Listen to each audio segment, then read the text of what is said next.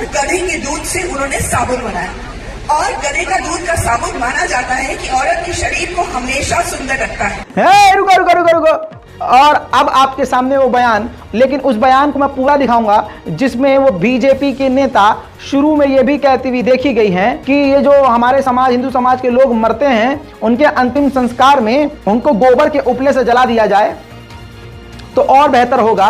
और गोबर का अगर वो बिजनेस किया जाए तो महीने के लाखों रुपए कमाए जा सकते हैं। तो पैखाने से लाखों रुपए कमाना, नाली से गैस बनाना और न जाने क्या क्या चीजें, आप ये सिर्फ भारतीय जनता पार्टी के नेताओं से ही सीख सकते हैं। आइए दोस्तों, गधे के दूध के फायदे सुनते हैं। से हमारे सारे पेड़ गायब हुए और इतनी महंगी हो गई है लकड़ी कि आदमी मरते वक्त भी अपने पूरे परिवार को कंगाल करता है। बात सही है कि नहीं सही? 30,000 लगता है लकड़ी के लिए, 15,000 लगता है लकड़ी के लिए। इससे अच्छा कि हम गोबर के लंबे कंडे बनाए, उसमें सामग्री खुशबूदार पत लगा दें और एक ऑर्डर बना दे कि जो भी मरता है अब उसको केवल गोबर के कंडों से हम लोग जला दें। इसमें 1500 2000 में का सारे रस्म रिवाज आएंगे गाय के। और आप लोग अगर कंडे बेचो तो आपके लाखों रुपए महीने के बिक जाएंगे, लाखों लाखों रुपए। फिर उसके बाद हमने एक समूह है लद्दाख में, उन्होंने क्या किया, उन्होंने देखा कि गधे बहुत कम हुए। आखिर कितने दिन हो गए आप लोगों को गधे देखे हुए? कम हो गए हैं, चले गए हैं, धोबी का काम भी खत्म हो गया गधों से, कहाँ जाए। लेकिन उन्होंने क्या किया, उन्होंने गधों से लेकर के उनसे दूध निकालना शुरू किया और गधे के दूध से उन्होंने साबुन बनाया। और गधे का दूध का साबुन माना जाता है कि औरत के शरीर को हमेशा सुंदर रखता है। रुको रुको रुको रुको। आप जो सोच रहे थे वो मैं बहुत पहले सोच चुका था, लेकिन जिन लोगों ने नहीं सोचा है उनको बता दूं, यहां गधे के दूध की बात कर रही हैं। अबे गधा कब से दूध दे रहा अरे यार, अरे देवा, ये गड़बड़ है बाबा। हाँ गड़बड़ है दोस्तों। मैं कहना चाहता हूं वो गधे का दूध नहीं, तुम कुछ और कुछ और मुंह पर ले। तू समझा? हाँ। नहीं तू समझा नहीं। कंट्रोल उदय, कंट्रोल। दोस्तों, गधे का दूध तो नहीं होता है, वो कुछ और ही होता है।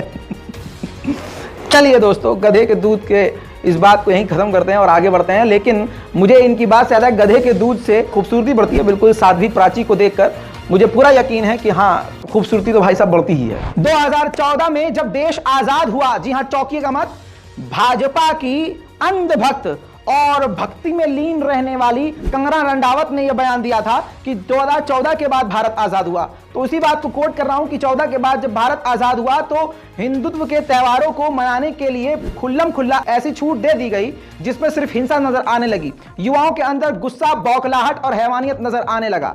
दोस्तों, आइए उन तमाम बेरोजगारों की एक झलक देखते हैं और आप समझिएगा कि यह भगवान श्री राम का नाम लेकर यह सब हो रहा है।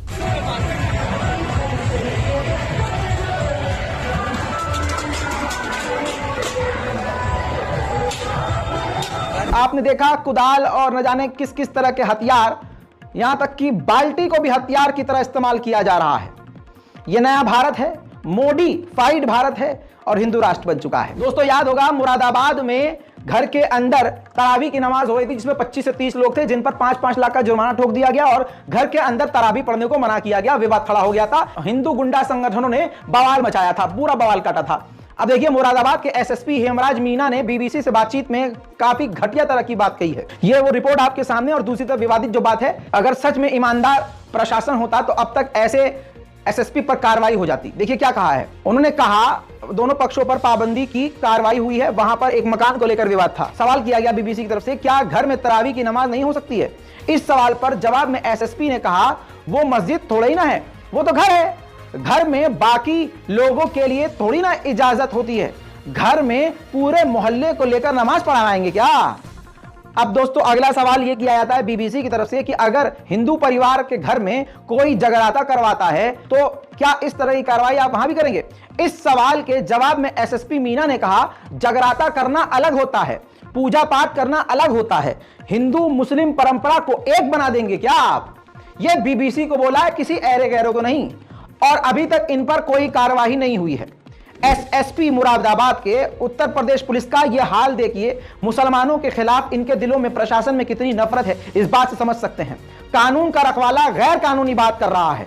यानी पूरी तरह से मुसलमानों को दूसरे दर्जे का नागरिक बना दिया गया है, जिसके पास घर के अंदर इबादत करने का भी अधिकार नहीं है। जैसा मैंने आपसे कहा और फिर से कह रहा हूं, देश का हाल अभी और बुरा होगा, बल्कि अपने जुमलों को यहां ठीक करता हूं। मुसलमानों का हाल, ईसाइयों का हाल, दलितों का हाल अभी और बुरा होगा। जिस प्रकार से मोदी सरकार यह प्रयोग के तहत खामोशी से देख रही है, जिसका फायदा उनको 24 और 25 में मिलने वाला है, और जिस तरह से मुसलमानों पर हुए हमले पर मोदी जी ने चुप्पी हमेशा से साध के रखी है, इस बात की यह दलील है कि मोदी सरकार यही चाह रही है। तभी तो वो हिंसा के खिलाफ कुछ बोल ही नहीं रही। क्या सिर्फ भारत के हिंदुओं के ही प्रधानमंत्री हैं मोदी? नहीं, भारत के मुसलमानों के भी प्रधानमंत्री हैं। लेकिन अगले इंसान का दिल साफ होता तो आज इस देश में यह सब कुछ ना होता।